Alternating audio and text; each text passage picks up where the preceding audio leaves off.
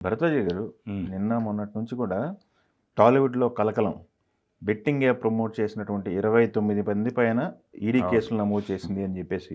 అంటే త్వరలో వీళ్ళు అరెస్ట్ చేస్తారా అనే లెవెల్‌లో మాట్లాడుతున్నారు. ఈడీ కేసులు నమోదు అని ఆ! ప్రొజెక్ట్ అవుతోంది కానీ, ఆ! ఈడీ అనేది కేసులు నమోదు చేయటం అనేది కాదు. ఎన్ఫోర్స్మెంట్ డైరెక్టరేట్ దీనిలో మనీ లాండరింగ్ యాక్టివిటీ ఏమైనా జరిగిందా హ్మ్. అనేది వెరిఫై చేసుకుని, హ్మ్. దాని మీద చర్యలకు వెళ్తారు తప్ప, హ్మ్.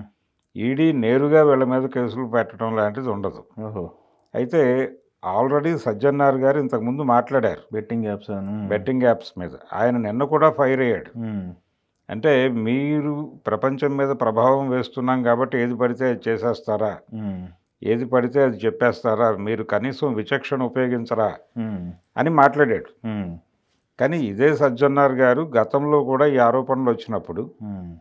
ప్రకాష్ రాజ్ మీద ఆరోపణ వచ్చినప్పుడు ఆయన ఒక మాట అన్నాడు. ఆయన ఏమన్నాడంటే, నేను మొదట టెంప్ట్ అయ్యి చేసిన మాట వాస్తవమే కానీ, చేసిన తర్వాత నాకు అర్థమైంది వద్దని చెప్పాను వాళ్ళని.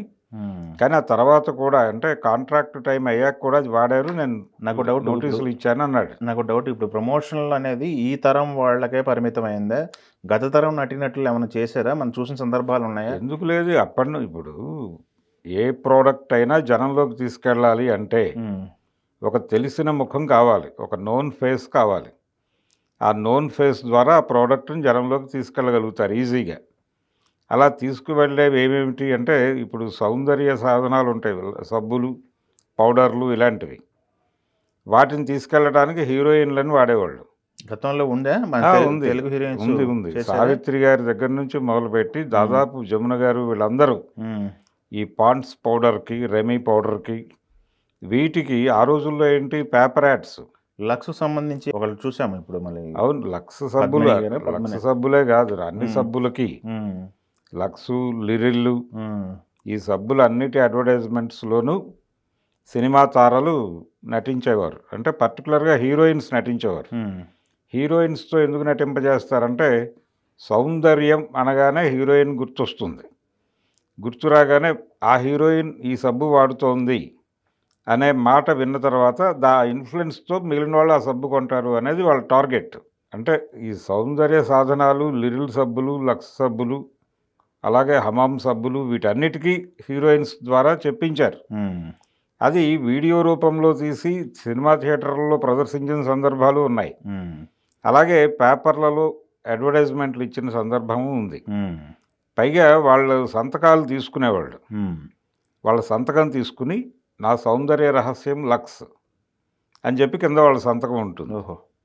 అలా హుహుహు. అంటే దీనిలో ఒక స్థాయి అంటే తెలుగు ప్రాంతాల్లో మార్కెట్ ఉన్నటువంటి హీరోయిన్లకు ఒక రేటు, హ్మ్. దక్షిణాది మార్కెట్ ఉన్నటువంటి హీరోయిన్లకు ఒక రేటు. అవును. గతంలో ఈ మనం వీళ్ళు హీరోలో క్యారెక్టర్ ఆర్టిస్ట్‌లో లేకపోతే గతంలో ఇట్లాంటి యాడ్‌లు కొన్ని హెల్తీ ప్రొడక్ట్స్ కాకుండా అన్‌హెల్తీ ప్రొడక్ట్స్‌కి సంబంధించి కూడా చాలామంది చేశారని విన్నాను. చేశారు. అంటే హ్మ్. ఇప్పుడు స్మోకింగ్ అనేది హ్మ్. ఇంజూరియస్ టు హెల్త్ అని చెప్పడం మాత్రమే కాదు, సినిమా థియేటర్‌లో సినిమాకి ముందు అవును. ఒక 2 యాడ్లు కలిపి ప్లే చేస్తున్నారు. ఒక కండిషన్‌గా మారింది. కానీ పాత రోజుల్లో ఎస్వి రంగారావు గారు బర్కిలీ సిగరెట్లకి ఆయన ఒక మోడల్‌గా హ్మ్. హ్మ్. అంటే ఆయన సంతకం సిగ్నేచర్‌తో హ్మ్. హ్మ్. హ్మ్. నేను అంటే ఇంత ఆరోగ్యంగా ఆలోచించటానికి అదేలెండి. పొగ ఎక్కువ ఏదో క్యాప్షన్ పెట్టినట్టున్నారు. అదే కాప్షన్స్ ఉంటాయి. హ్మ్. హ్మ్. హ్మ్. కాప్షన్స్‌తో పాటు ఎమోషనల్‌గా నాకు ఈ సిగరెట్ కనెక్ట్ అయింది అనేది దాని కంటెంట్. హ్మ్. రంగారావు గారు, కాంతారావు రంగారావు గారు. గారు, చంద్రమోహన్ హ్మ్. చంద్రమోహన్ కూడా చేశాడు. ఓకే. ఓకే. ఓకే. కాంతారావు గారు కూడా చేశారు. హుహుహుహు. వీళ్ళందరితోనూ వీళ్ళని మోడల్స్‌గా తీసుకుని, వాళ్ళ హ్మ్. సంతకాలు తీసుకుని స్టేట్మెంట్ వీళ్ళే రాసుకుంటారు. హ్మ్. హ్మ్. అది వాడినందుకు గాను వాళ్ళకేదో రెమ్యూనరేషన్ ఇచ్చేసేవాళ్ళు. హ్మ్. దీనికొక ఫోటో సెషన్ నడిచేది. హ్మ్. ఈ ఫోటో సెషన్‌లో తీసుకున్నటువంటి ఫోటోస్ ఆళ్ళు సిగరెట్లు రకరకాల పోజుల్లో తాగినవి, హ్మ్. ఇవన్నీ వాడేసి అడ్వర్టైజ్‌మెంట్లు రిలీజ్ చేసేవాళ్ళు. పేపర్లకి, పత్రికలకి వీటికి. హ్మ్. మ్యాగజైన్స్‌లో వీటిలో వచ్చేవి. అయితే ఇలాంటి అడ్వర్టైజ్‌మెంట్స్ చేయటానికి కొంతమంది హీరోలు రెఫ్యూజ్ చేసిన చరిత్ర కూడా ఉంది. హుహు. అంటే పర్టిక్యులర్‌గా అంటే తమ క్యారెక్టర్ బిల్డ్ అవుతున్నటువంటి టైంలో పబ్లిక్ తమని చూసి ఇన్‌ఫ్లూయెన్స్ అవుతుంది ఇది బ్యాడ్గా జరిగితే దాని ఇంపాక్ట్ మన మీదే ఉంటుంది అనే భయం కలిగి వ్యవహరించినటువంటి ఆర్టిస్టులు కూడా ఉన్నారు. ఓ. ఎన్టీ రామారావు గారు వీటికి కొంచెం దూరంగానే ఉంటూ వచ్చాడు. మ్మ్. అక్కినేని నాగేశ్వరరావు గారు కూడా దీనికి దూరంగానే ఉంటూ వచ్చాడు. మ్మ్.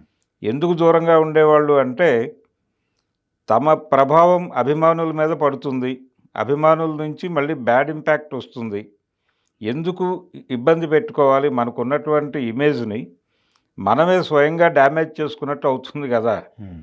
ఈ డబ్బుల కోసం ఆశపడి. అందుకని దాన్ని త్యాగం చేయటమే మంచిది. అంటే ప్రజలకి హాని చేసేటువంటి ఏ ప్రోడక్ట్ని మనం ఎండార్స్ చేయకుండా ఉంటే మంచిది మ్మ్. అనే ఉద్దేశంతో smoking is injurious to health అని దాని మీద ఎప్పటి నుంచో ఉంటుంది. మ్మ్. కానీ అడ్వర్టైజ్మెంట్ ఇస్తే పర్వాలేదు అనుకుని ఇచ్చిన వాళ్ళు ఉన్నారు, రంగారావు గారు వీళ్ళందరూ. కానీ సామాజిక బాధ్యత గుర్తెరిగి ఎందుకు మనం ఈ ప్రోడక్ట్స్ని ఎండార్స్ చేయాలి? ఇప్పుడు అసలు ఈ బెట్టింగ్ యాప్స్ ఈ ప్రొడక్ట్సే కాదు, మొన్న మధ్య మహేష్ బాబు గారికి చూశారు కదా, మహేష్ బాబు గారి పైన కేసు, హ్యూమన్ రైట్స్ నోటీసులు. అదే వినియోగదారుల ఫోరం నుంచి నోటీసులు అందుకున్నాడు ఆయన. అవునవును, వివరణ ఇచ్చుకోవాలి ఇప్పుడు వెళ్ళి. అదే. అంటే వీళ్ళ దగ్గరికి వచ్చినటువంటి ప్రోడక్ట్ని ఒక్కసారి ఏమిటి దాని ముందు వెనకాల ఏమిటి అనేది చెక్ చేసుకుని వీళ్ళు కూడా ఒక లీగల్ ఒపీనియన్ తీసుకొని, మ్మ్. లీగల్ ఒపీనియన్ మాత్రమే కాదు ఒక ఎథికల్ ఒపీనియన్ కూడా తీసుకోవాలి. తీసుకుని ఇది నీతివంతమైనటువంటి సందేశం ఇస్తున్నామా మనం సమాజానికి, లేదు సమాజాన్ని ఇబ్బంది పెట్టేటువంటి సందేశం ఏమన్నా ఇస్తున్నామా, మ్మ్. లేదు సమాజాన్ని ఇబ్బంది పెట్టేటువంటి ప్రోడక్ట్కి మనం ఎండార్స్ చేస్తున్నామా, ఈ పాయింట్స్కి సంబంధించి పూర్తి జ్ఞానం పొందిన తర్వాత మాత్రమే ఓకే చెప్పాలి. ఓకే. లేకపోతే ఏంటంటే దీని ప్రభావం వాళ్ళ మీద కూడా పడుతుంది, వాళ్ళ పర్సనల్ క్యారెక్టర్స్ మీద కూడా పడుతుంది. మ్మ్. పడినా పర్వాలేదు అనుకున్న వాళ్ళ గొడవ వేరు. ఈవెన్ ప్రకాష్ రాజ్ అన్నమాట అదే, మ్మ్. వద్దొద్దు మాకు, అంటే నేను ముందు చేశాను తెలియక, ఆ తర్వాత నాకు అర్థమైంది వద్దని చెప్పాను, కానీ వాళ్ళు ఆపలేదు. మ్మ్. ఆ తర్వాత లీగల్గా నేను ప్రొసీడ్ అయ్యి ఆపుకున్నాను అని చెప్పుకున్నాడు ఆయన.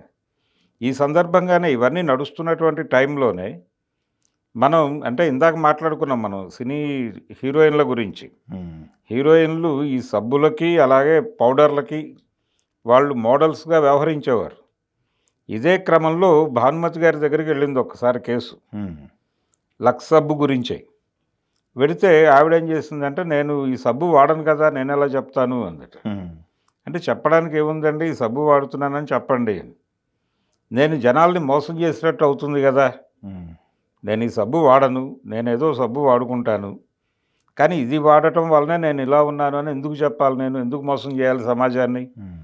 వాళ్ళు నాకు డబ్బులు ఇస్తున్నారు కదా, నా క్యారెక్టర్ని నేనెందుకు బలిపెట్టుకోవాలి అని రిజెక్ట్ చేసింది ఆవిడ. ఓ. అది కూడా రికార్డ్ అయింది. మ్మ్. కాబట్టి అది సామాజిక బాధ్యత. మ్మ్. ఆ బాధ్యత ప్రతి ఒక్క కళాకారుడు ఉండాలి. ఇందాక నేను చెప్పినట్టు ఎన్టీ రామారావు, నాగేశ్వరరావు వాళ్ళు పాటించిన పద్ధతే ఆవిడ కూడా పాటించింది. అంటే సినిమాలు క్యారెక్టర్ గురించి కూడా చాలా ఆలోచించేవారు ఒకప్పుడు. మ్మ్. సినిమాల్లో తాము చేసే పాత్రలకి కూడా ఒక ప్రాపర్ క్యారెక్టర్ ఉండాలి అనుకునేవారు. రాముడు భీముడు సినిమా ఉంది రామారావు గారిది. ఆ సినిమా తమిళ్లో రీమేక్ చేశారు ఎంజీఆర్తో. ఇందులో హోటల్లో టిఫిన్ చేసేసి బిల్ కట్టకుండా వెళ్ళిపోతాడు రామారావు. రాముడు భీముడు సినిమాలో భీముడి పాత్ర. ఇదే సీన్ ఎంజీఆర్ గారు చేయాలి, ఆయన అబ్జెక్ట్ చేశాడు. మ్మ్. ఎంజీఆర్ బిల్లు కట్టకుండా వెళ్ళిపోతే ఫ్యాన్స్ ఎలా అనుకుంటారు అన్నట్టు ఆయన. కానీ అక్కడ ఎంజీఆర్ని కదా చూసేది, క్యారెక్టర్ చూస్తారు కదా. ఆయన అలా అనుకోలే. మ్మ్. డివి నరసరాజు గారు రాశాడు ఇది. మ్మ్. ఎవరు ఈ కథ రాసింది పిలిపించండి అంటే ఈయన పిలిపించారు. మ్మ్. ఎంజీఆర్ బిల్లు కట్టకపోతే ఫ్యాన్స్ ఎలా ఫీల్ అవుతారో చెప్పండి నాకు అన్నట్టు ఆయన. మ్మ్. అంటే ఇప్పుడు మీరు ఎంజీఆర్ బిల్లు కట్టకుండా వెళ్ళిపోతాడండి, ఇంకో ఎంజీఆర్ వచ్చి కూర్చుంటాడు, ఆ ఎంజీఆర్ బిల్లు కడుతున్నాడు కదా అని కన్వే చేశారా అని కన్విన్స్ చేస్తే అప్పటికి కూడా ఆయన కన్విన్స్ అవ్వక ఈ సీన్ నటిస్తాను కానీ బయటకు వెళ్ళాక నాకు ఒక చిన్న డైలాగ్ రాయండి, మ్మ్. నాకు పరిస్థితి బాగోలేక వీడికి డబ్బులు కట్టలేకపోయాను, బాగుపడిన తర్వాత వీడి బిల్లు చెల్లించాలి మ్మ్. అని నాలో నేను అనుకుంటా బయటికి వెళ్ళి, దానికి మీరు అనుమతించండి అన్నట్టు. మ్మ్. సరే కానీ అన్నట్టు. Okay okay. అంత పర్టికులర్గా ఉండేవాళ్ళు. మ్మ్. అంటే పబ్లిక్తో కనెక్ట్ అయి ఉన్నాం మనం. మ్మ్. పబ్లిక్కి ఏ రకమైనటువంటి బ్యాడ్ ఇంప్రెషన్ ఇచ్చేది కానీ చెడు చేసే దాని గురించి కానీ మనం మాట్లాడకూడదు. మ్మ్. స్మోకింగ్ సీన్లు కూడా ఉండేవి కదా ఆయన సినిమాల్లో. ఉమ్. ఎంజీఆర్ సినిమాల్లో స్మోకింగు, డ్రింకింగు ఇలాంటి సన్నివేశాలన్నీ బ్యాన్. ఉమ్. అవి లేకుండా ఉన్న పాత్రలే నేను చేస్తాను. అదే ఇప్పుడు వీళ్ళ పరిస్థితి ఏంటంటారు? 29 మందికి మీద కేసులు పెట్టారన్నారు కదా, ఈడీ పిలిచి విచారిస్తారు అంతేనా? ఎంక్వైరీ చేస్తారా? అంతే అంతే. అంటే దీనిలో వీళ్ళకి అరెస్టుల వరకు ఉండదంటారా? అంటే అరెస్టుల వరకు డెఫినెట్గా ఉండదు. ఎందుకు ఉండదు అంటే వీళ్ళ మీద వాళ్ళ అబ్జర్వేషన్ ఏంటంటే ఉహు. వీళ్ళు ఎందుకు ఎండార్స్ చేశారు, ఏవైనా ఇతర ప్రయోజనాలు ఉన్నాయా, ఉమ్. కేవలం వాళ్ళు ఆశ చూపించినటువంటి డబ్బుల కోసం చేశారా, లేకపోతే దీనిలో మనీ లాండరింగ్ చేయడానికి ఏదైనా అవకాశం ఉందా, ఉమ్. వీళ్ళ ఇమేజ్ని అలా వాడుతున్నారా ఉమ్. అనేది ఎంక్వైరీ చేసి వదిలేస్తారు. ఓకే. రెండోది, ఇదే బెట్టింగ్ యాప్ల గురించి సజ్జనార్ గారు మాట్లాడుతూ గతంలో వీళ్ళని అప్రూవర్లుగా తీసుకుంటాము, వీళ్ళ మీద కేసులు పెట్టాం, ఉమ్. అంటే ఈ బెట్టింగ్ యాప్స్కి వ్యతిరేకంగా మొదటి సాక్ష్యంగా వీళ్ళది నమోదు చేస్తాం, కాబట్టి వ్యతిరేక సాక్షులుగా వాడుకుంటాం తప్ప, ప్రభుత్వ సాక్షులుగా వాడుకుంటాం తప్ప వీళ్ళ మీద కేసులు పెట్టం, వీళ్ళందరినీ కూడా అప్రూవర్లుగా తీసుకుంటామని చెప్పాడు ఆయన. ఓకే. ఇప్పుడు కూడా అదే జరుగుతుంది. ఓకే. కాబట్టి వీళ్ళని అరెస్ట్ చేస్తారు, జైలుకి వెళ్ళిపోతారు అని ఆందోళన పడాల్సిన అవసరం లేదు. ఓకే. కాకపోతే దీని మీద విస్తృతంగా చర్చ జరగాల్సిన అవసరం అయితే ఉంది. ఓకే. ఎందుకుంది అంటే ఫర్దర్గా ఇంకెవరు ఇలాంటి పనులు చేయకుండా ఉండటానికి. ఓకే.